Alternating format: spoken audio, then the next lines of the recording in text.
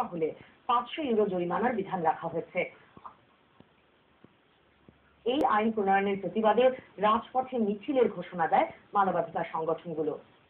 বাংলাদেশ জাতীয়তাবাদী ছাত্রদল যুক্তরাজ্য শাখা গণসমাবেশ করেছে। মঙ্গলবার পূর্ব লন্ডনের ওয়াটার লিলি হলে আয়োজিত গণজমায়েতে সভাপতিত্ব করেন ছাত্রদল যুক্তরাজ্য শাখার সভাপতি ছাত্রনেতা জসিমউদ্দিন সেলিম। গোলাম কিবরিয়ার পরিচালনায় অনুষ্ঠানে প্রধান অতিথি ছিলেন যুক্তরাজ্য বিএনপির সভাপতি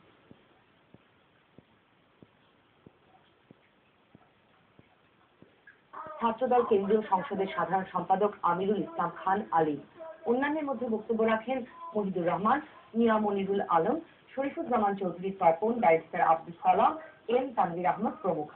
বক্তারা বলেন, বর্তমান সরকার বিরোধী দলের নেতাকর্মীদের মিথ্যে মামলা দিয়ে হয়রানি করার চেষ্টা করছে। অবিলম্বে তারেক রহমান সহ বিরোধী দলের সকল নেতাকর্মীদের বিরুদ্ধে করা সকল মিথ্যা মামলা প্রত্যাহারের আহ্বান জানান তারা। শিক্ষাঙ্গনে ছাত্রলীগের যে নৈরাজ্য সন্ত্রাস, তার বিরুদ্ধে আমরা দেশে এবং বিদেশে জাতীয়তাবাদী ছাত্র দলকে এবং দেশবাসীকে ঐক্যবদ্ধ করার লক্ষ্যে আজকে আমরা এখানে মিলিত হয়েছি।